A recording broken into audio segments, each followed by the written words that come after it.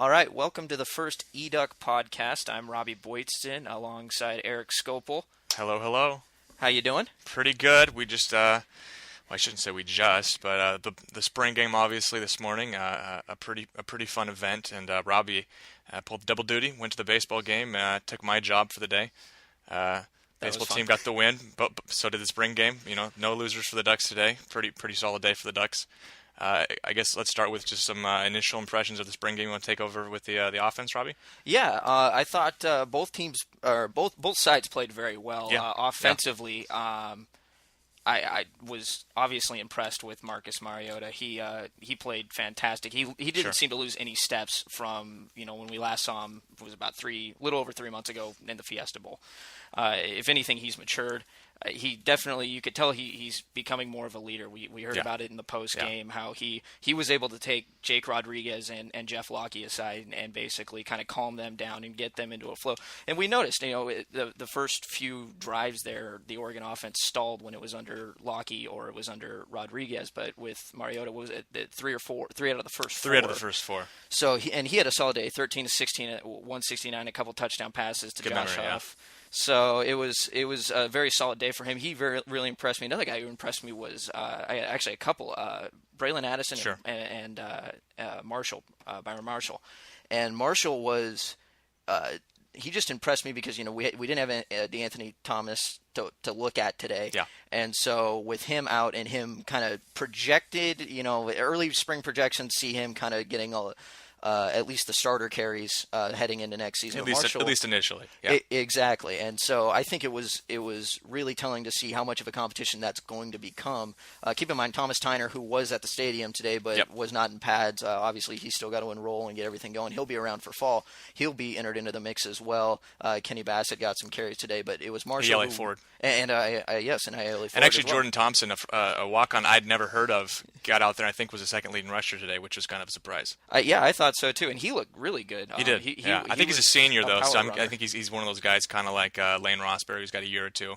I'm not sure if he's a junior college guy or what his background is. I had not heard of him until today, until he got his first carry. And I said, "Who's 37?" And he looked pretty fast. Good burst. I think his first carry was like 16 yards. Yeah, and he was busting through holes. I think he picked up a touchdown there in the fourth quarter, and he looked great. But Marshall, getting back to him, it was just that when he was busting runs, he was going straight up the middle, busting through the tackles. He was getting 16, 17 yards, and then he would go 8 or 9 yards, and then another big run.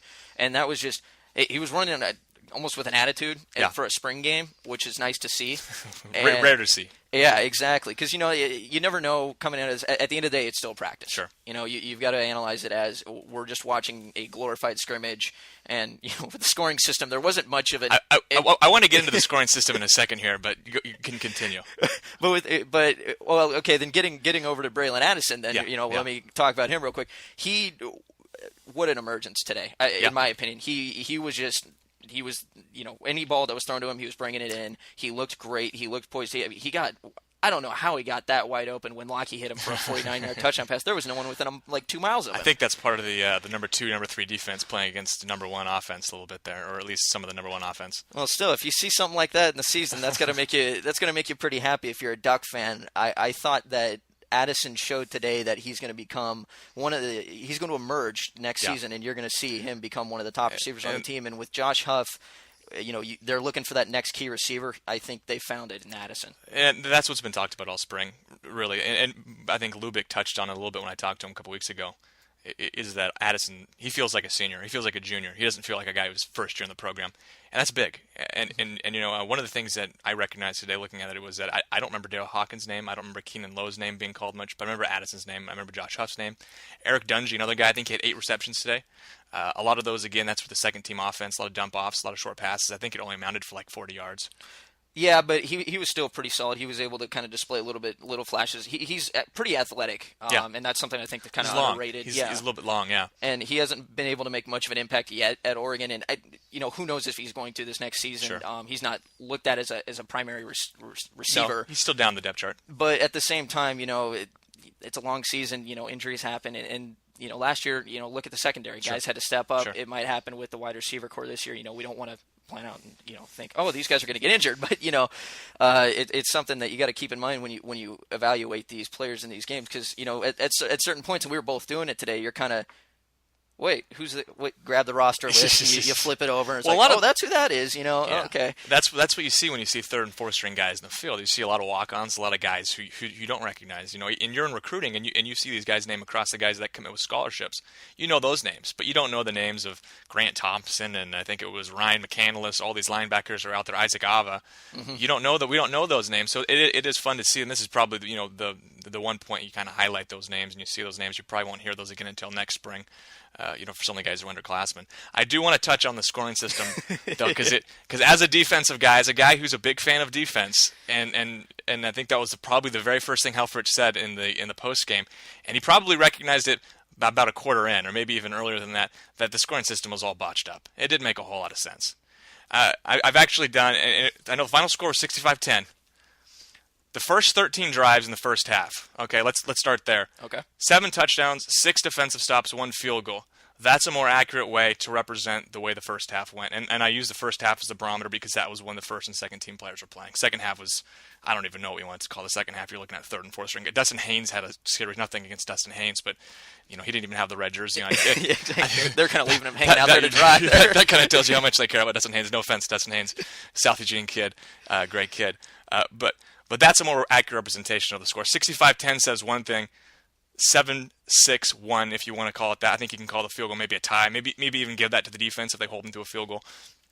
I realize it was at the end of the half, so it's situational. But to me, that was that and the fact that I don't think fans maybe recognize this, or maybe the casual fan didn't recognize this. This wasn't number one offense against number one defense. No. This wasn't number one. This was number one against number two versus number one.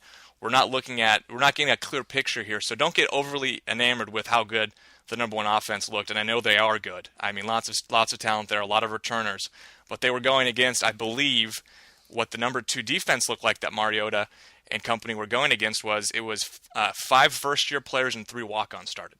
Yeah, so that's who's on the field to start, okay? So they can throw up, 21 points there real fast. That's impressive. But the other side of that is that the number one defense, again, against the number two defense, or number two offense, 4 3-and-outs to start the game. And that's impressive. That's impressive, and that's something you don't recognize, because you look up on the scoreboard and you go, man, it's 52-5 or whatever it was at half. The scores are so weird. How do you get 5 points? But that's what I took away from the defense, was that when they had the opportunity to assert themselves, they were able to do it against the number two offense. Yeah, and I think that and Helfrich joked about this after the game when he was getting a lot of flack for the scoring system and saying, I reassessed the game in my head and it's 64-65. It was kind of a funny thing that you could poke little holes in it, but I really thought that watching the defense, they were out there to play and they were out there to prove that they can keep up.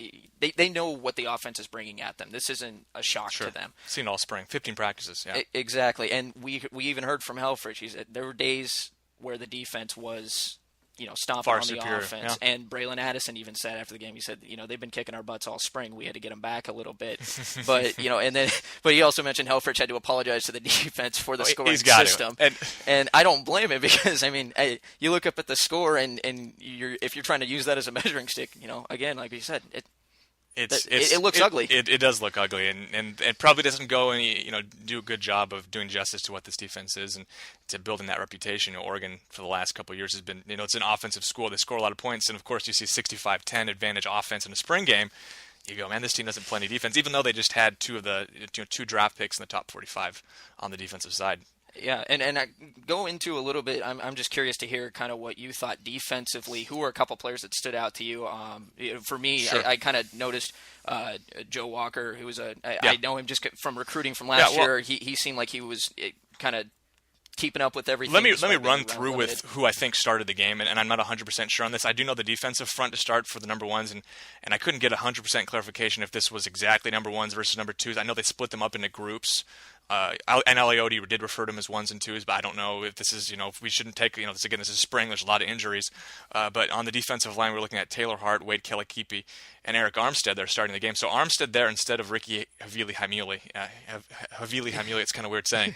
But Hamili he did add his another name there. So that if you were having enough trouble with Hamili, now you have to deal with Havili as well. Havili-Hamili, yeah. And then the linebacking core, we're looking at Lecumbo, Walker, who you just mentioned, Raheem Cassell, and then Tony Washington taking over for Deion Jordan at that hybrid. Secondary to me was a little beaten up. I didn't see Efo out there to start. I don't think he was. Terrence Mitchell was on the other side. Troy Hill filled in, at least with the ones from at least from the beginning. Brian Jackson and Isaac Dixon. Again, Dixon out there instead of Patterson, who's still out with a knee injury. And I think Eric Dargan is another guy who's, I don't know where exactly he was. He was around during practice. Saw him after the game. Looked like he was in uniform, but I didn't see him play a whole lot. Maybe just a precautionary injury. Out of that group, I think a couple of guys stick out. You mentioned Walker and Cassell. I think inside linebacker, that's the key right there. Those are important positions, and Ali Odie touched on this. He said, of the 11 positions on defense, 8 of them, they should be better. The 3 positions he's concerned about, both inside linebacker spots that were voided by Alonzo and Clay going, and then the other one being obviously the hybrid with Deion Jordan. Mm-hmm. The issue with inside linebacker and why this is really difficult to analyze right now is that we're missing a lot of the key figures with injury. Tyson Coleman down, looked like he has a foot injury, something was in a cast, one of the few guys who wasn't dressed, and Rodney Hardrick, Derek Malone, 2 guys who figured to be in that, I don't know, fighting for minutes potentially, part of that rotation, haven't participated all spring. So we were really limited there, and that's why the 2 deep, if you will, of those positions was Walker and Cassell, and then Isaac Avo and Brett Bafaro, who's a freshman from Portland. So, again, take what you will away from what happened, but the linebacking core was not at 100%. What was at 100% and what I was really impressed with was the defensive line. I think that's probably the deepest unit on the team, which is funny because a couple of years ago, and even still we get complaints about, why are they going to start recruiting defensive linemen, right? But you just look out there, and they've got a really good mix of underclassmen and upperclassmen there. We talked about Hart and Kelikipi and Havili Hamuli. It's funny every time you say it. It's a great name. And then up-and-comers, because Armstead obviously starting there with the ones. Buckner had a couple plays. I think he had a sack. He did, yeah. Those guys are huge human beings, by the way. I think I've said this, but I mean, they're just big guys. Then you look at the second team defense. I believe it was Buckner, Balducci, and Ebert was the starting 3, and Stetson Bear filled in a little bit on the edge for Ebert. But those are 3 guys with relatively little experience, and but I think guys that will contribute this year. That's a lot of bodies to throw out there. Oh yeah. And Christian French early on he was. I kind of consider those guys on the Christian French to me was the breakout performer of the game. He was playing with the number two defense. I kind of put that on the linebacking core because I think they kind of play a 3-4. I don't know if they'll officially ever say it. But I think Deion Jordan was playing a linebacker position in the last couple of years. Yeah. It was kind of just depending on what type of play the offense seemed to be running, they would classify him as something different. So yeah, but so wherever you want to put him, French to me was the guy who stood out because he's a guy we haven't seen a lot. I think he had 9 tackles, 1 tackle for a loss. That's a pretty good effort. Oh yeah. Of course, now switching over, he's number 96. Right. 196 goes pro. You've got another 96 now, making a name for himself for the spring game. Trying to create some good karma there, I guess. Exactly. I think you mentioned that. What was interesting, and I hadn't remembered this, was that both players, both Deion and Christian, 82 on offense, switch over 96 on defense. Ah. Yeah. So maybe we'll see in a couple. Yeah, maybe we're looking at another number 3 pick in a couple of years. That would be pretty cool. That would be that'd be a big get for Oregon. It'd be a great thing for recruiting. Absolutely. The coaches can use that on their recruiting trail. One thing I do want to touch on as well was obviously we know Mariota has had a great game. Sure. The backup quarterback, that's going to be kind of something that intrigues me, is just the battle for who's going to be behind there. And you had Lockie and you had Rodriguez. Both started off rather slow, very both tentative. 3 and out their first 2 drives, I think. Yeah. Yeah, and they both admitted to being very nervous. It was the first time that either of them had played in front of a crowd of 40,000 people or 30,000 people. Which is funny because this is that freshman big eyes moment. Rodriguez talked about it last week. He was asked and he said, "No, it won't faze me. I'm going to go out there and be ready." And of course. Immediately after the game, he said, "Of course I was nervous. This is my first time playing at Autzen." He says, just omit what he said last week. Nothing against Jake. But it's funny because it brings me back.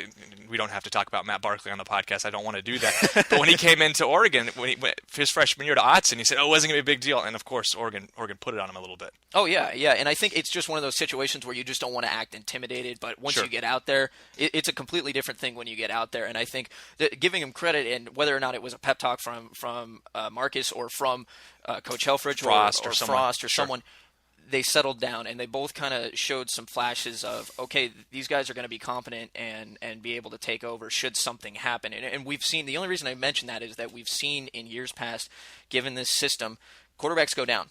Darren Thomas went down.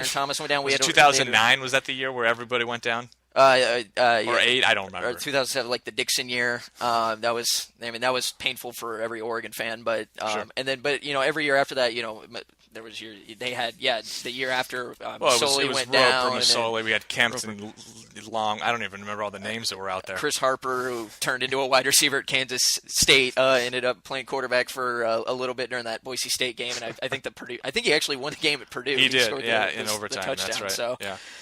But again, I mentioned that I just mentioned the injuries because you got to factor in that the system does create problems for a quarterback, and while Marcus has stayed relatively healthy, you just don't know. So you've got to be able to have a competent backup to come in and run the system. Rodriguez, to me, kind of stood out a little bit more than Lockie, and I give him the edge. And that's what I kind of wanted to get your take on was which one kind of stood out. For me, it was just Rodriguez was zipping the ball a little bit. There was a lot more direct, velocity on his ball. Sure. He was hitting the guys a little bit better. It seemed like Lockie would, every once in a while, he would hit the open guy. He didn't seem to have a problem with that, but sometimes if he'd get into trouble, he would kind of loft a duck up there, and I thought that wasn't really... I think there's a couple things you need to take away from this, is that, and they've been talking about this, very, very, a lot of questions have been asked about these two guys. What are their differences? What are their strengths? What are their weaknesses? What I took away from what Helfrich and Mariota said this spring is Lockie's maybe a little faster, maybe a little better scrambler. That's taken away because he's wearing the red jersey. That zone read that he would be running typically, he's kind of got to hand that off to the running back. He's not really allowed to scramble like he probably would be. And Rodriguez showed some flashes. I didn't necessarily know what to expect. I know he had the leg injury a couple years ago. Looks like he's pretty well recovered. Yeah. And showed good straight line speed. And he said he felt good. He said he's going to keep working on getting that ankle. If it's not 100%, he's going to make it get there. But what he said was that he didn't have any, there was no discomfort. There was no problems when he took off running. He showed some great bursts of speed, Sure. which I think was what, Oregon fans finally got to see what the coaches saw in him in high school. And Lockie, and this is what I found interesting, was after the game, he kind of joked about the fact that, because of that red jersey, Sure. like you mentioned, he wasn't able to display the speed because, one hand, two hand, doesn't matter. There are a couple down. times you could tell he wanted to, and he kind of hesitated and ended up throwing the ball away. Or maybe he would have turned the corner and I don't know, tried to get a couple extra yards until he threw it away, which is probably the smart thing to do under the circumstance, but maybe not really I don't know. I think this is a tough game for him to display what his capabilities are. The other thing I want to say, though, is recognize that after the first quarter, I believe Rodriguez was playing with the first team offense, or a lot of those. I think the same offensive line, a couple of the same receivers, at least for the majority of the rest of that first half. Whereas Lockie was relegated to some of the second string guys, which is difficult.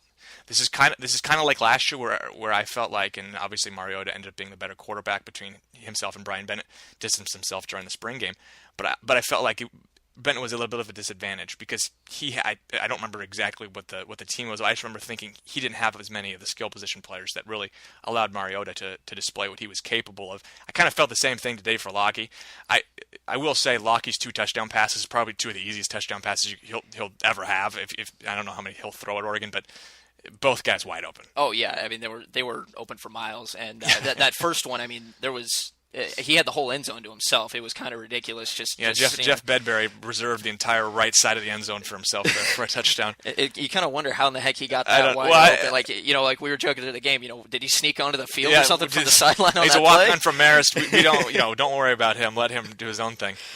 But I thought Rodriguez looked better. I just want to make the point that Lockie might not have had the same level of talent on his side and had the disadvantage of not being able to run. And that's a fair point. And it got closer towards the end of the game. You kind of started to see they were neck and neck. And both of them did. And I think Lockie did make some better throws towards the end of the game, and that very well likely could have been because he was working with receivers that he probably had better connections with. Both of them are going to be trying to work on their chemistry with the receivers. I know Rodriguez said after the game that, he said my plans all summer are just to, throw with the receivers. I'm going to be working out with them every day. So that's going to be the key position battle, kind of for backups. For me, I think that's going to be fun. I think for everyone. Yeah. Backup quarterback's everybody's favorite position. Yeah, he's a guy, exactly. And it's not going to be this way because I think Mariota's really developed quite I think the fans love Marcus Mariota, just what he's brought so far. Oh yeah. But it only takes a couple bad plays for them to turn on him, and for the backup quarterback, the backup quarterback's always is always a fan favorite. That's true, and I remember being in a stadium when Dennis Dixon got booed. So well, yeah, and I just remember with Darren Thomas when he hurt his knee, everybody wanted Brian Bennett to stay the quarterback when Darren came back. Yeah, don't mess with what's working. Exactly. If it's not broke, don't fix it. So so we'll see later on down the line. Going into fall, that's going to be something definitely to look out for. Yeah. That and again, like I said, inside linebacker and one injury update. Speaking with Coach Aliotti post game, it sounds like Tyson Coleman. I don't know what the injury is, but it says he should be out and running by mid-June, which bodes well for a return this fall. I think Helfrich said in the post game, I wasn't there, but this was I think on television, that only one player has a serious injury that might keep him out this fall. I assume that's probably Dwayne Stanford with that MCL, ACL injury. Yeah. Although I did see Stanford walking around, I think it was sometime late last week without crutches, which bodes well. Positive sign, at least. Seems to be. He was wearing sweats, so I don't know if he had a brace underneath. I seemed to be walking without much of a limp, which is a good sign. I don't want to make too much out of that, but just something I thought was worth mentioning. Oh, and that's something to keep an eye on. It's a long summer. You've got 4 months until that kickoff. I think it's August 31st against Nicholls State. A lot can happen between then. Injuries can happen, and injuries can and will heal. And so, if you are injured right now, this is kind of the time to be injured. If there's a time to be injured. No, that's exactly what Matt Lubick said, the wide receiver coach. Fortunately, it's during the spring. If it was first week of fall camp, that's when it hurts. MCL injury probably puts him out for the duration, or pretty close to. I mean, depending on the seriousness. I don't know. I'm not a doctor, but I think that's a pretty sustained injury. Oh, yeah. Well, okay. So overall, your spring game kind of. Let's do this. My defensive MVP, I'm probably going to give. I'll give 3 defensive MVPs. I'm going to say Christian French, just because he broke out a little bit there. In terms of the linebacking core, I'm going to go split between Joe Walker, Raheem Cassell. I thought they both played well. I think 7 tackles for Cassell, 6 for Walker. Secondary, it's hard to narrow it down because there's so many guys coming in and out and so many faces were missing. So I'm going to have a hard time giving anyone the nod there. I mean, Brian Jackson to me is a guy who's just such a great leader and really exudes a lot there. A name I will bring up is O'Shea Dunmore, who played well with the second team.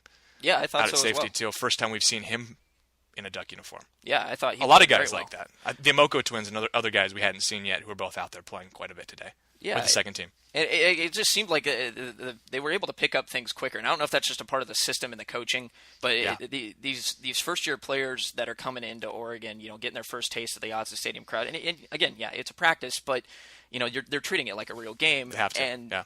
And those guys are, there's going to be jitters with that, and everyone admitted it. But if you go out there, get a few reps under your belt, it seemed like everybody was able to kind of settle in nicely. And I'm sure the coaches probably pulled them aside and said, "Guys, this doesn't actually count.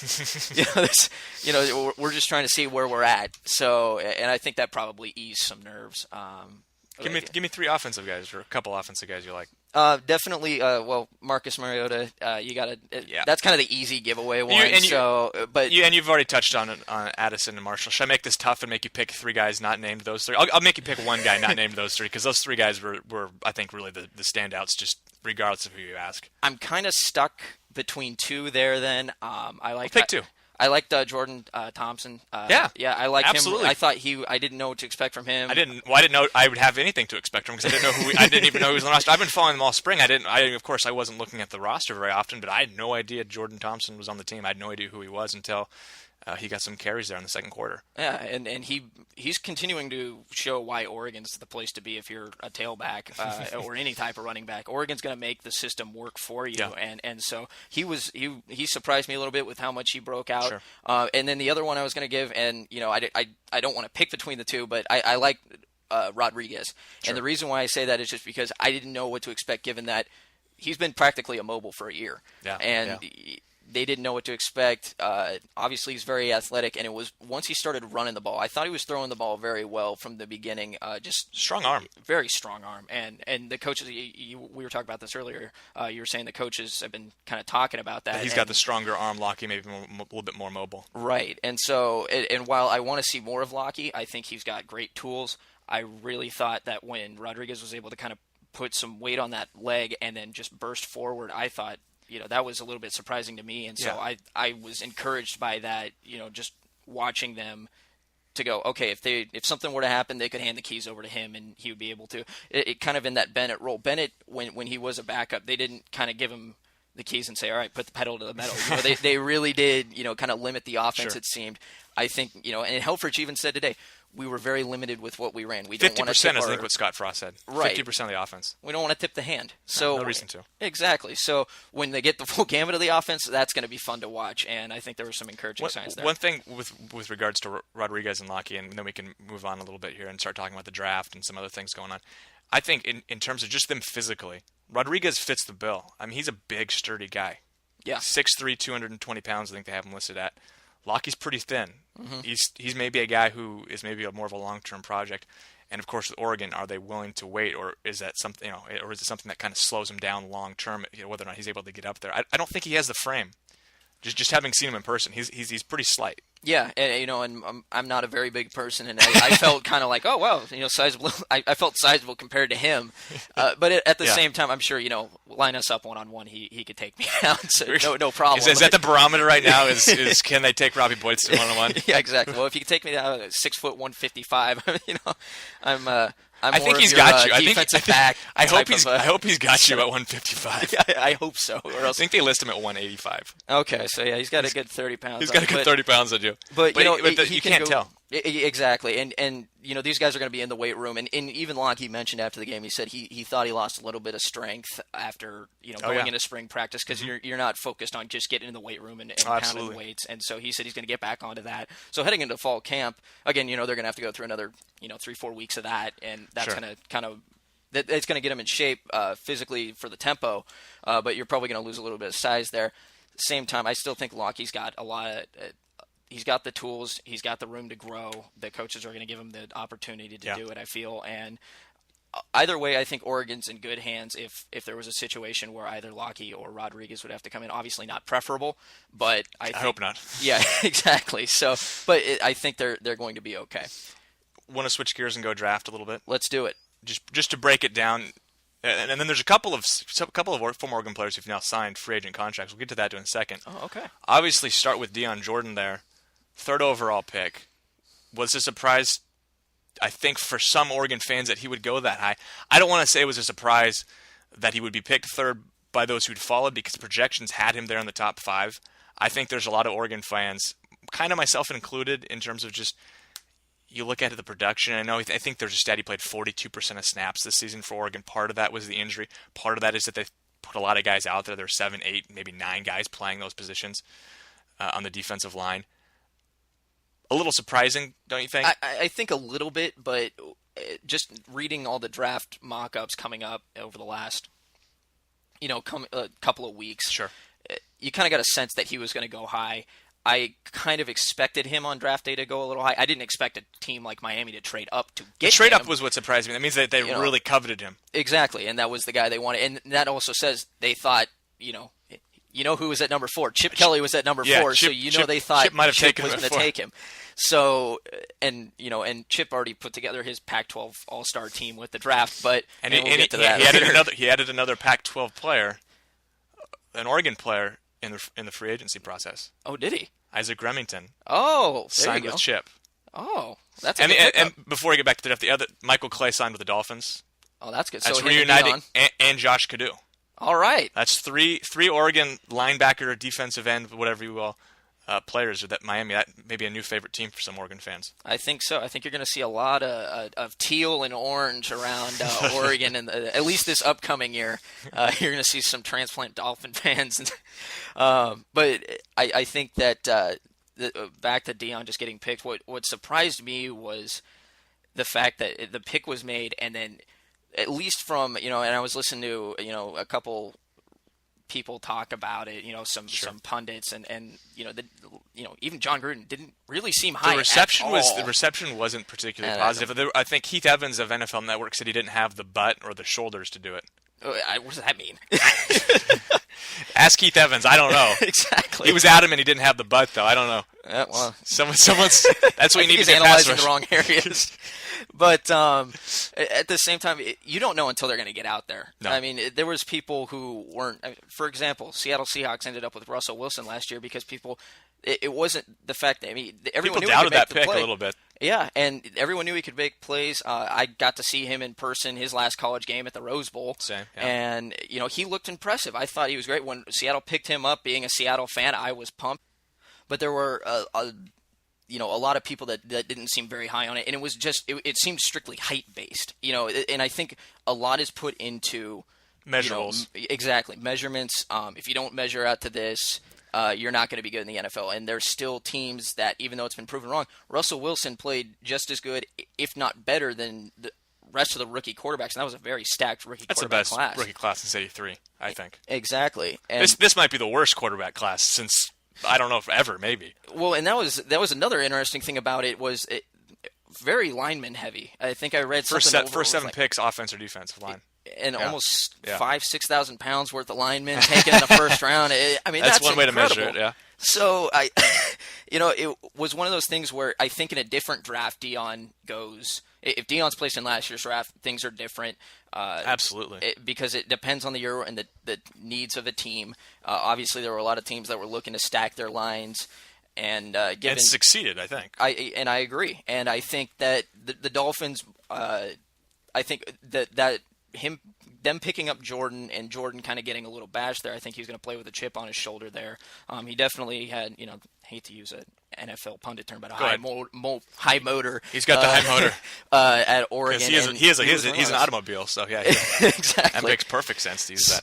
So, but I think it was great for Oregon. That's something that they can use while recruiting.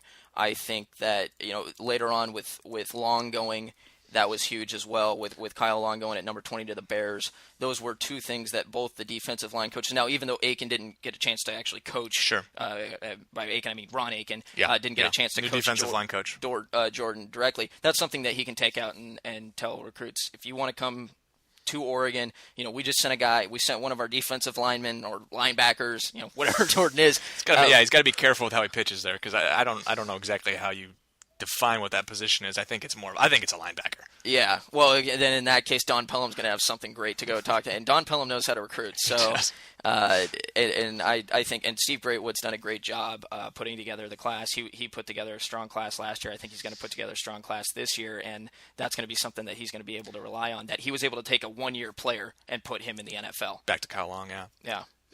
Best Oregon draft class ever? Yeah, I gotta think so. I mean, I can't remember. Three in the top 45. Now moving down to Kiko Alonso, who was taken by the Bills at I think it was 45 or 44. Right, and then you had Kenyon going late today. You had Kenyon and Boyette both went in 6th, which is, I think a little surprised. I think of anybody, to me, in terms of moving up and down. I think, to me, the two surprises. I think Long sneaking into the first round, a little surprise there. Not that I don't think he's got the intangibles. And I think he's a good kid. I had an opportunity to interview him with kind of an extended 30-minute one-on-one interview. Really, really well-spoken, really well-thought-out kid. Respect him immensely. Thought that was a little bit of a reach. It could be, but again, based on what he's done at Oregon. Exactly, and that's hard because you got such a small sample size. So 4 starts, I think it was. Yeah, but again, when you got the NFL is about measurements in the draft process, and so if he was obviously you're 6'6", 300, and you can move like that, and you have like 8% body fat, you probably go pretty high. Yep, and I think the Bears saw something there, and I think probably the NFL pedigree helped. I think having his brother being a success in the NFL right now, his dad's a Hall of Famer, great L.A. Raider, I should say. If we're gonna rag on terms there, I love pedigree because now we're talking about dogs. Yeah, exactly. Deion Jordan, he's a vehicle. Kyle Long is like a Great Dane or something. Exactly. He's a big dog. He's a very big dog. But the second one that surprised me was Barn dropping this to the 6th round. I'd seen projections of him in that maybe 3rd to 5th round. Was surprised that he was the 15th back taken. Truthfully, a guy who probably had a fair claim for the Doak Walker Award this last year. And I know those awards aren't based upon NFL projections. A guy like Eric Crouch wins the Heisman at Nebraska a while back, and I think goes 7th round. We don't have to go. We won't get started on Eric Crouch.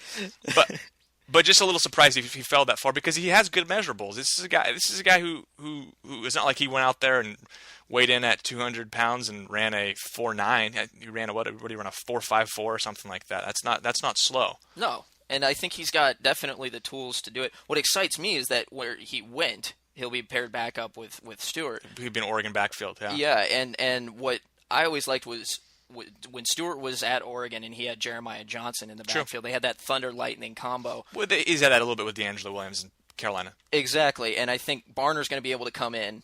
And, he's going to learn. He's going to have to sit there. He's going to have to learn, I think, unless he breaks out in camp. Nothing's given to a 6th-round pick. Exactly. Very little, at least. Exactly. You really have to, earn your spot on that team. And I think, Bryce Brown, who made it for good example, yeah. He was one of those types of guys and he earned his way. Bided his time. And even Michael last year's second-round draft pick waited until, I think, the week 13 to be activated. Yeah, and then right away, though, made an impact. Yeah. Had that huge return against New England. Sure. So I think that Barner's he's gonna have to go through a learning process. I don't think that's gonna be a problem for him. He seems like a very humble guy. He knows nothing's given to him. At least you and I both have had the chance to interview him. Nice kid. Yeah. He seems like he's got his head on straight, and I believe that I'm excited about the Thunder Lightning combo again because I always viewed Barner.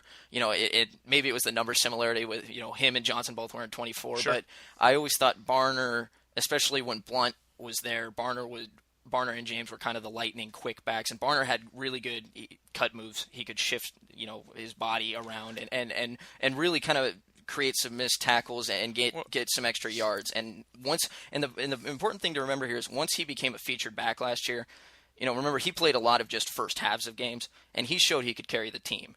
And I think a lot of people, him being in LaMichael's shadow, which unfortunately he was. And not to take anything away from him, I think that might have hurt him a little bit. I think his draft stock might have been hurt by two things as well. One is that I think he felt like he had to put on a lot of weight, and that might have. I think. Correct me if I'm wrong here in your opinion. I think his agility kind of went downhill a little bit over the last year there when he put on maybe 5-10 pounds of weight. A little bit, not much, but a little bit. And I think he projects probably more as a scat back or a guy who comes out of the, who's maybe a third down back rather than every down back in the NFL, and that's not rare for a guy his size. Yeah, and he's not a real small guy. He's not a tiny back. I mean, he's bigger than LaMichael. But and the other thing is that I think last year he hurt himself because he knew that there wasn't a lot behind him in terms of reserved running backs. Yeah, and I feel like he kind of avoided contact, ran out of bounds when he had the choice of taking on a defender or going out of bounds. And then went down easy, which might have given him a reputation of being a little bit soft. Right, and that's something he's going to have to overcome. But I think he's got the ability to do that. And again, we were both talking about it in the press box today, and it was surprising seeing all these running backs going before him. Oh yeah, guys I'd never even heard of are going. Deontay Thompson of Florida State, 5'7", 185, like 80 picks before him. Never heard of the guy. Exactly, and that's not going to make a lot of sense to Oregon fans and sure. guys. And absolutely, yeah. we've been able to watch him for the past 4 years and develop and flourish. I remember the 4 touchdowns in first half or 5 touchdowns in the first half against New Mexico. UCLA where he had the return. The UCLA when he had the return. And he's a tough kid. Remember, he had that scary moment at Washington State, and he was able to bounce back pretty quickly from that. And, he was stretchered off in an ambulance. And he's definitely tougher than I think people give him credit for, but he's going to have to prove that to the coaches in the NFL. And if he's not able to do that, he's going to be sitting on the sidelines. And I think, Oregon fans definitely want to see him playing. Another guy trying to come back from injury, John Boyette, goes in the 6th round, I think about 12 picks behind Kenyon. So happy you're for fist him. bumping. Yeah, I was just happy for him because he reminded me a lot of Walter Thurman. Walter Thurman, when he went out, his college career ended on a kickoff return, opening kickoff against Cal, and he gets taken out at the knee. Turns out he tears his ACL. I think a lot of CLs. Exactly, and Boyette was kind of the same, and he didn't get a medical red shirt, and so it was kind of like, and that was the important thing was when Thurman went down, Boyette was that guy that kind of stepped up. He was the leading tackler in the Rose Bowl that season, if I remember correctly. And he really kind of stood out to me as a freshman going, wow, okay, so the secondary is going to be anchored on that kid. And he did a great job. He was a great leader at Oregon, I feel, for that secondary. But it was unfortunate to see him go down. His teammates would tell you that, I think, that he was a great leader. I mean, having spoken with Avery Patterson, Eric Jargan, Brian Jackson, guys who learned, alongside of as well as kind of beneath him. Yeah, and it was definitely the kind of the feeling you got. And I think it was big last year when he went out. Mm-hmm. For those guys to have him around a little bit. Yeah. And have been around him for a couple of years to be able to then move forward. Right. And I think it was almost ironic that he went out similarly to the way Thurman did because, the younger guys had to step up in his place and they did a good job and he knew what that was like. And so I bet that probably factored into his pep talks, with the team. And I think that it was cool to see that the NFL wasn't going to pass him over. And I was curious to see whether or not he would be drafted. I was convinced that if he wasn't drafted, someone team was going to give him a tryout to pick him up. Says a lot, because I'm not even sure he was capable of running when the NFL Combine went. He obviously wasn't invited to the Combine. Injury was still, I think, about 5 months from when he decided to retire from the University of Oregon for football. I don't even think he was. That's the thing. I don't think he was capable of actually going out and sprinting, much less going through drills at the Combine, which says a lot. Then I think it was about 6 weeks later he did his pro day. My timeline might not be 100% on that, but he did a pro day down in Northern California. Obviously impressed at least the Colts enough to spend a 6th-round draft pick on him. Yeah, and I think he's going to be one to watch. Definitely to see how he develops in the league. Will the knee heal 100%? Knees, yeah. Will the knees heal 100%? And if he does, what kind of impact he could make back there for Indianapolis, a team that last year kind of shocked some people, I feel. Yes, they had luck, but I don't know if people kind of expected them to have the You mean Andrew luck, not just... Yeah. Not that everything was fortuitous. And a little bit of general luck, but, they overachieved, I feel. And Boyette can be kind of the start to that new building block. And, you got a inspirational leader right there in, I believe, Pagano. Pagano. And Chuck Pagano. And what a story that was last year. And I think, it's going to be exciting for Ducks fans. And it's going to be easy for them to root on the Colts for Duck fans who want to kind of check out what Boyette does. Want to do a little bit of recruiting? Let's talk a little bit of recruiting. What do we know? We had one visitor here we know of for sure? I know for sure we had a guy in town this weekend. I got to talk to him. Sam Jones. He's an offensive tackle out of Highlands Ranch, Colorado. I wrote a story on him 3 weeks ago. And very, very talented kid, physical kid. Yeah. Sounds like he's making a decision very, very soon. Who's he down to? Arizona State is currently the leader. Yeah. Reading a story, he is happy with Arizona State because they said they would give him a shot playing tackle, and he just wants to play a tackle position. That's all he said, but he's a fan of that, and he wants to make a decision sooner rather than later. When I talked to him, Arizona State was definitely still recruiting him very hard and was recruiting him harder than anyone else, is what he told me. Yeah. But he also was getting he was being recruited heavily by Oregon. Whether or not Oregon is going to be able to promise him what Arizona State has allegedly promised him, that remains to be seen. But if the visit went, well, obviously the facilities are second to none. All I hear from recruits when I talk to them is just the facilities are out of this world. Yeah. It rains up there, but it's an incredible place. Yeah, this was a picture perfect day today. So, this is the perfect day to bring those kids in to visit and say, oh yeah, it's like this all the time. But I think that Jones is going to be one to look out for, because if they get him, that's a very strong start to the offensive line portion of the class. They've already signed Tyrell Crosby, who's a big boy, 6'4", 300, I believe, out of Henderson, Nevada, and he signed on very quickly. He was very much like Jordan Hoyam, the first signee to this class, who linebacker from Hawaii, right? And Hoyam was basically got the offer and said, "Yep, okay," and said, "Yep, sign me up." And Crosby took a little bit longer, but he came down to a couple schools and ended up picking Oregon. You wanted to be more independent, kind of get away from Nevada. Did you get a timeline at all from Jones at all in terms of when he was thinking about making a decision? Again, that's something I'm going to have to update with the next podcast.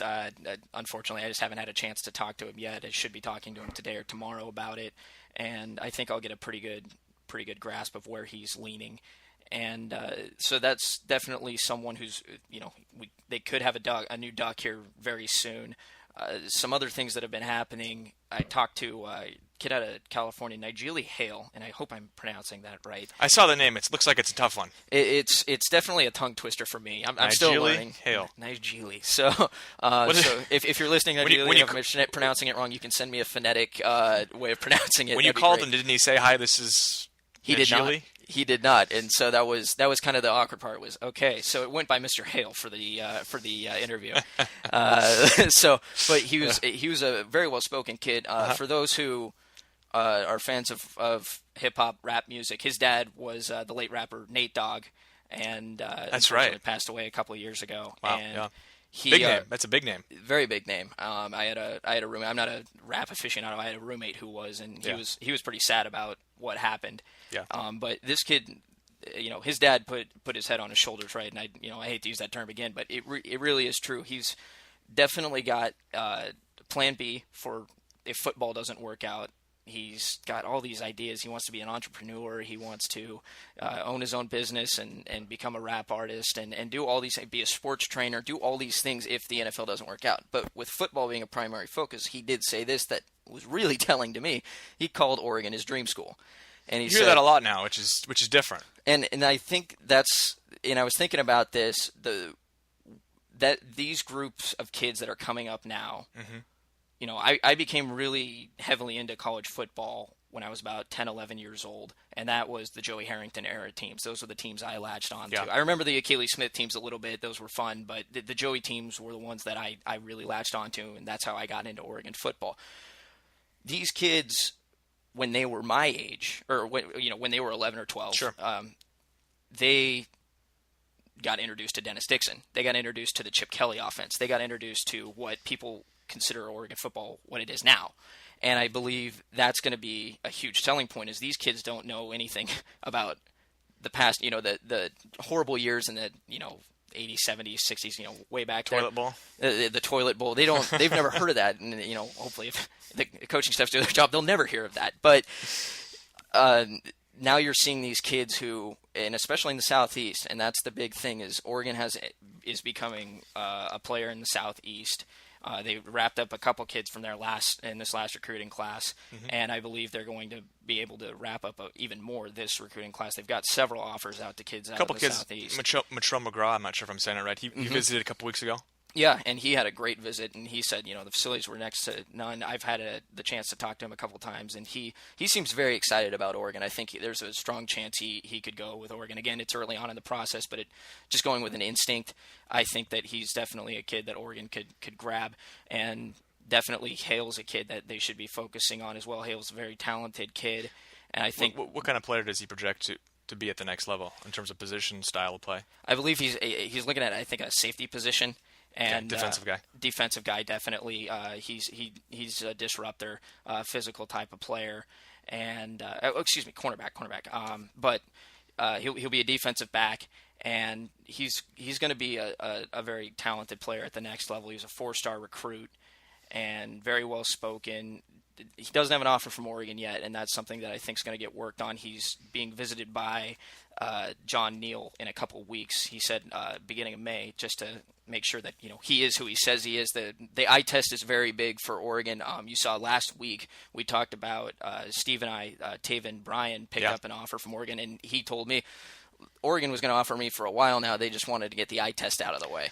And so that's a big thing for these coaches, and I think Hale's going to pick up an offer when he does indeed get his visit, and then from there it's scheduling a visit, which could have – he's going to the opening in Beaverton, so I imagine the visit happens Nike there. campus. And he moves on down to Eugene, takes a look at it, and then from there it's going to be on the Oregon coaching staff to just keep him on the line. That's a great event for the University of Oregon. Oh, it is, and that's how a lot of these kids get – their first glimpse. Exactly, because they don't have the money or the time – or the resources to get up here by other means. So when you get an invite to a prestigious camp like the opening, it provides a gateway for Oregon coaches to not only go up there and see them, but to go and get them to come to Oregon, check out the campus, and that's an advantage for them. This might be a tough question for you to answer. Are you getting the sense, and the previous coaching staff under Chip Kelly took a little criticism for being a little bit reluctant to offer early?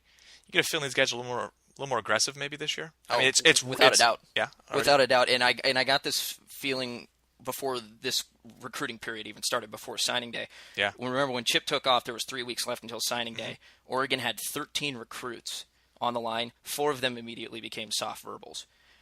One of them ended up jettisoning Dontre Wilson. He's now with Ohio State, and they were able to hang on to the other 3.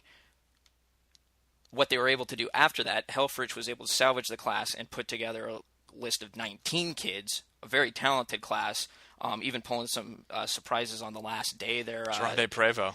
Prevo was, and that was funny just hearing, he didn't even know where he was going to go when he was walking down the hall to make his announcement, which I was like, wow, that's a big deal. But Helfrich was able to pull that out, and I think what really helped was they went on. It was the giant family recruiting trip. Every coach, as many as they could, within the NCAA rules. They wanted to be careful because mistakes might have been made in the past where they brought an extra guy. Allegedly. They needed an extra. They counted properly this time. Exactly. And so, but they did, and they went out there and they went and talked to these kids. I remember talking to Chris Cisse, who a lot of people think is going to become a breakout player at Oregon, kind of the underrated kid of the class. Big, long rangy corner, right? Right. And out of American Canyon. And he said, they made me feel like family. And he's like, it wasn't that we were talking about football. It was just that they came in and they just had a conversation. They sat down. We had lunch. They made my mom, they felt welcome in my home. They made my mom feel welcome. They made me feel welcome. They made me feel a part of the Oregon family. And that's part of Helfrich's. He's got that kind of, I guess, warmth and humor that Chip really didn't have. When Chip was kind of there, it was kind of snarky.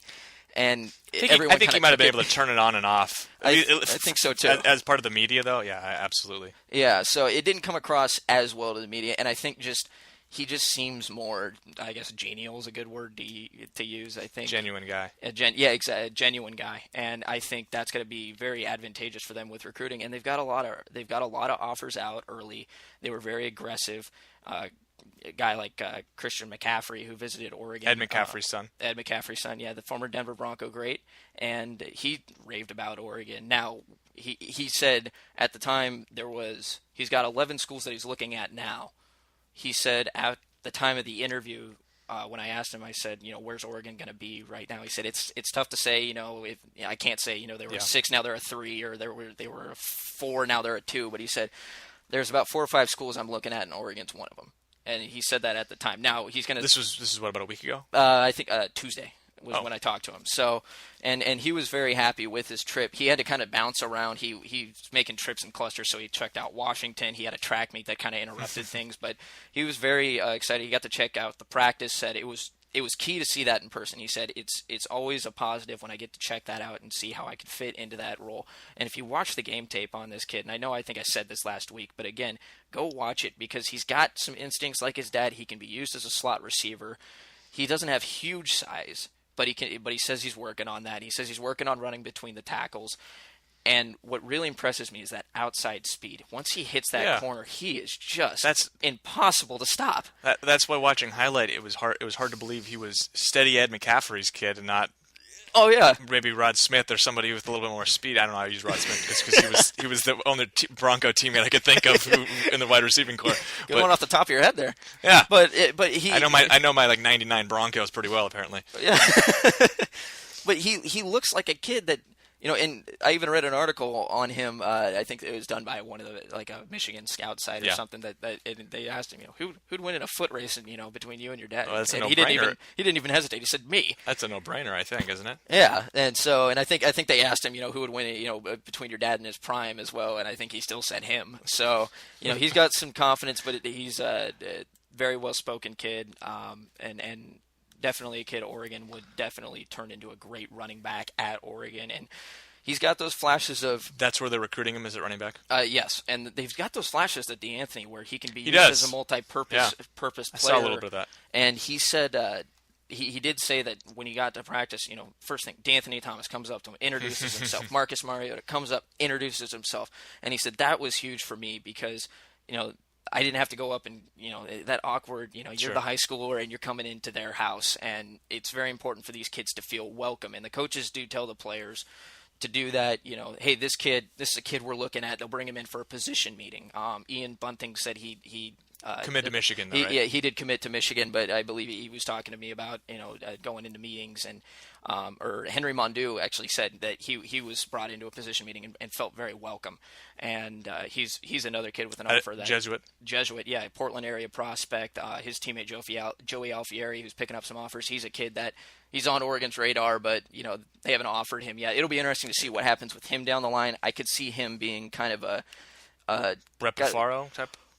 In terms of the process of taking a while, or Johnny Rajan. That's exactly what I was going with, Johnny Rajan. And maybe not as positive of a story for Duck fans because he, of course, got the offer late and then stuck with Cal. Yeah, and you can't blame a kid for doing that. Cal was showing him love, and if I was in his position, Oregon offered it'd like probably be the same. 4 days before the before signing day or something like that, which was late. Yeah, and they brought him out for a quick visit, and it sounded good. I got a chance to kind of get a little text back and forth between him. I didn't get a chance to actually get a physical interview because he did commit to Cal, but he sounded like he enjoyed his visit when he took it. I could see Alfieri being another kid like that, but I think that his connection to the state, his parents went to Oregon State, and Oregon State's definitely high on him, so I would say, they have an edge there. You want to follow the family legacy. But he said, look, I'm from Oregon. Of course I want to go play at Oregon. They're the top school. Why wouldn't I be interested in going to play at Oregon? I'm happy, at least as somebody, son of Oregon State fans, you would assume that he's even aware of it. Yeah, exactly. So, but I those are just some interesting developments in recruiting that are happening, at least this past week. No in-state offers, right? For Alfieri? No, just no in-state offers from the University of Oregon to prospects in-state. Not this week. No, not that I came across. So, and we're going to continue to monitor that. Now that we're out of the spring game, this is where recruiting kind of gets pick fun. Up. There's all those camps. We're going to get a lot more evaluations. We're going to get the coaches will be out. Hopefully, the right number of coaches will be out and they'll be out visiting. We should probably not bring that up again. Yeah, it's kind of fun. But yes, it's going to pick up a little bit, and it always hits a recruiting lull in the summer. Now, granted, I haven't had a full year on this job yet. I'm still kind of learning a little bit about how the process goes. When's the highs, when's the lows. Yeah. Obviously, signing days, hectic. But I remember coming in last summer. I think it was around July when I took over, and it was dead. I mean, I got 1 or 2 interviews, maybe a week, talking to these kids, and it's because everyone's on vacation. No one wants to deal with football. We want to have fun before we have to go to summer camp. When that starts in August, those kids, in June, July, yes, you're going to see when they go to the opening. Those are the big camps. You're going to see Oregon's camp during the summer as well. There's going to be players coming out to camp at that. Oregon State just had a junior day, so they had kids up there. Sam Jones actually was up there. That's right. I think he traveled in the up and down spring game there up too. And down between Corvallis and Eugene this week, I think. Yeah, he did, and so you're going to see these kids coming in, and you're going to see more offers trickling in. I think over the next couple months, you're going to see things pick up a little bit, and then once it hits summer, don't be surprised. It's going to be a lull. It's going to be a little bit slower. Oregon, when I started, I think their first pickup was the Robinson twins in September, and that was about 6 weeks after I had started, and that went through the whole summer. And now, granted, at that time, I think they had 7 or 8 guys locked up by then, including Dontre at the time.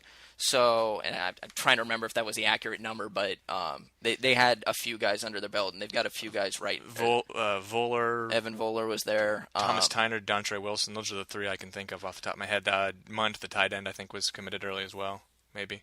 I don't know about that, but I'm trying to remember when he got. Yeah, I got to go back and look, but that's not that important to this particular conversation. We're focused on the 2014 class, so I think that it's going to be a fun little trip here the next couple of weeks because people want to know who's going to be in town for the spring game. I know Cameron Hunt and Thomas Tyner, 2 kids that came in from last year's class, were at the game today. They looked like they enjoyed it. A lot of people are excited to see what Tyner's going to be able to do in fall camp and to see him. Obviously he's an Oregon prospect. He's been lauded for years out in the Portland area, and at an important position, a position of need where he could. I mean, we talked about it a little bit. Spring camp, we were looking at 3 scholarship running backs, one of which was a former walk-on. Yeah, and I think and the funny thing is I think with Tyner, I feel a little bad for him because he's going to have all these expectations. Yeah, so I forget who I was having this discussion with recently, but between Jonathan Stewart and Thomas Tyner, obviously 2 big-time recruits, probably the 2 most highly regarded running back recruits Oregon's ever had. Tyner probably has higher expectation because he is an in-state kid. Yeah, and because of what he's accomplished. I mean, he won a state title at Aloha. He had a great season last year, and I remember watching his first game. I watched him a couple times last year. In his first game, they're playing. I believe they were playing Thurston, a school from out here in the Eugene area, and they, he busted up the middle and had a guy wrapped around his waist, and he was dragging him Little Giant style up the field, and as he did, lowered his shoulder and his helmet into a linebacker and flattened the linebacker with the kid attached and dragged him into the end zone for a touchdown. I remember watching that and going, holy smokes, I can't wait to see this kid in an Oregon uniform. And that's a problem because that's setting that high expectation. And I don't think there are happened not very many defensive backs in the Pac-12 he's not going to be dragging up and down the field. I don't think so. I don't think Thurston's sending a ton of kids to D1 schools. But no offense, Thurston. No offense. No offense. There might be people from Thurston listening. That's true. No offense. You do have a solid football program, in my opinion. But I think that Tyner's going to have a lot to live up to, and that's going to be something he's going to have to overcome. He can't let it get into his head going into fall camp. He's got to be willing to learn. He's got to be willing to have his ears open. I'm not saying he's not going to be able to. He seems like he's going to be fine, but it's going to be important for him to take in all the knowledge he can from the older backs. He's a little bit different than some of the backs. Like you can't really compare him to DeAnthony. They're different types of backs, but he can learn something from Marshall easily. He could pick up some things from these guys and just learn, what's it going to be like when you become a college level D1 athlete playing in a top 5 program, and it's a completely different story. You hear about guys who just don't adapt. Lake Seastrunk, who is at the center of controversy, but he was a kid who did not. Heisman winner. He did not. Yeah, exactly. But he didn't adapt well at Oregon, and he thought he could. He thought he could come in here and kind of make that impact, and he didn't. And that's something that Tyner probably should observe and know that he's got to take that different path. So that's what's going on with recruiting. And I'm just looking down and recognizing that I've been told that filling time on radio or podcast is difficult. I looked down and we're an hour in. Yeah, we've been talking a very long time. I think we were shooting for 30 minutes, so I think it's safe to say we'll wrap it up here. I want to say one thing before we're done. Just a quick touch on Oregon baseball. Won the first 2 games over Stanford. Last night, big win over Markapel. Potential number 1 MLB draft pick this year. Today, a 6-4 win. Finish up the series tomorrow. The importance there is this is their first series victory over a ranked conference opponent this year. I don't know about ever. I think it's just this year. Yes. Big going forward in terms of the long-term conference championship, which is something obviously they're aiming for this year. Yeah, and they looked great. Healy had a couple home runs, both opposite field bombs. Oppo tacos. Those were great. I like that term. That's great. Oppo tacos. Yeah, he looked great. Brett Thomas looked great. Got a little tight towards the end of the game, but Jim Yashurfi came in, kind of quieted things down. Cole Irvin looked great. That was my first time getting a chance to check him out.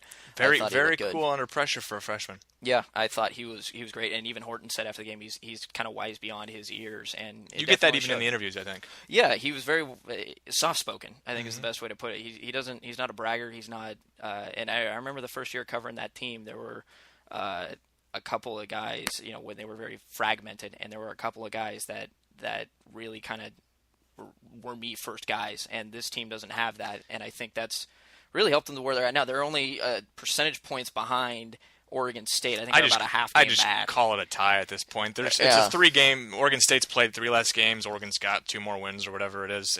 It's pretty much a tie at this point. It'll come down to the final weekend probably again, like it did last year. Exactly. We don't need to get into the details there. Obviously, not a good last weekend. The Ducks hoping to close stronger this year. Well, remember 2 years ago, too, they were on the brink. They were trying to make it to the playoffs and did not end up doing it, but they spoiled the Pac-12 title for Oregon State with a sweep at home. The series is at home again this year. They're going to have the PK Park faithful there. Obviously, there's going to be some guys from Corvallis driving down. There's always pockets of orange at PK when those two face off, and that's great. It's great for the rivalry. I love it.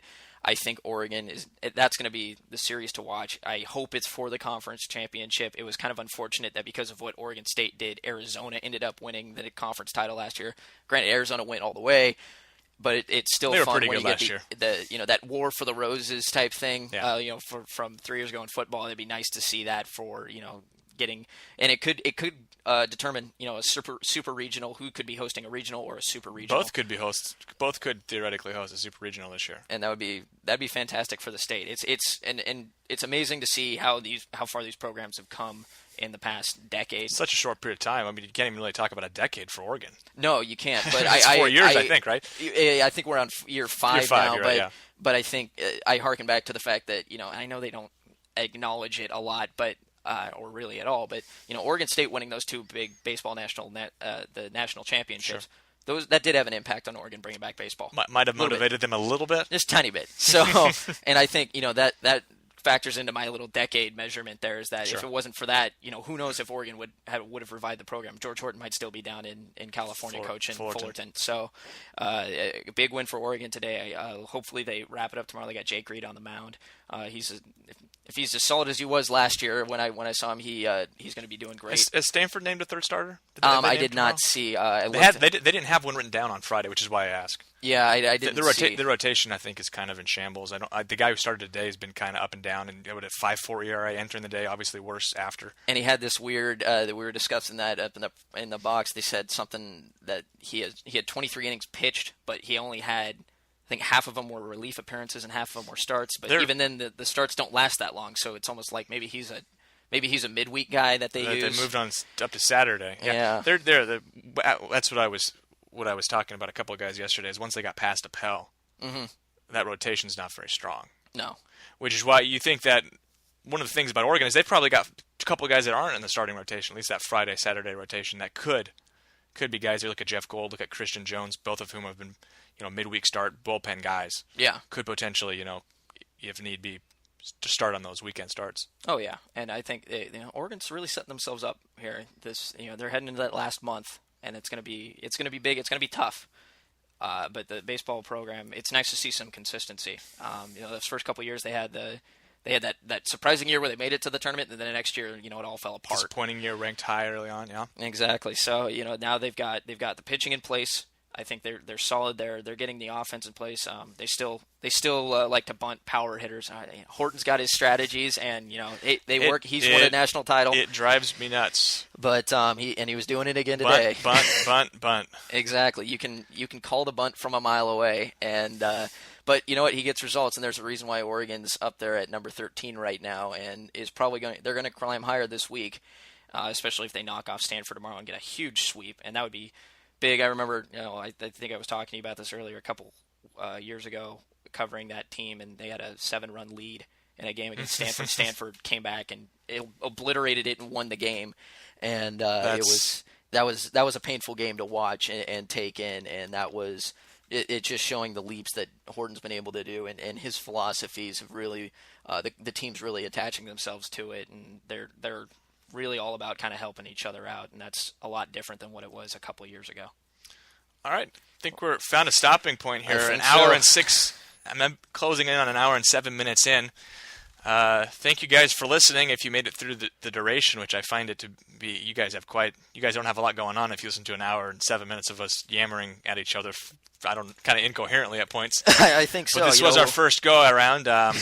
Be sure to comment and let us know what you think. This is probably going to be a hopefully a weekly occurrence. Yeah, we're hoping. And maybe in the summer it'll slow down a little bit. Yeah, feedback would be really appreciated. So yeah, they're not always going to be this long. We will actually have a regimented schedule down. We definitely wanted to try this out and see how it went. I feel at least the rapport was pretty good. Yeah, yeah, we didn't know what to expect. I don't think we've ever talked to each other for an hour straight ever. So this turned out pretty well. So for Erik Skopil, I'm Robby Boydstun. Signing off, eDuck Podcast.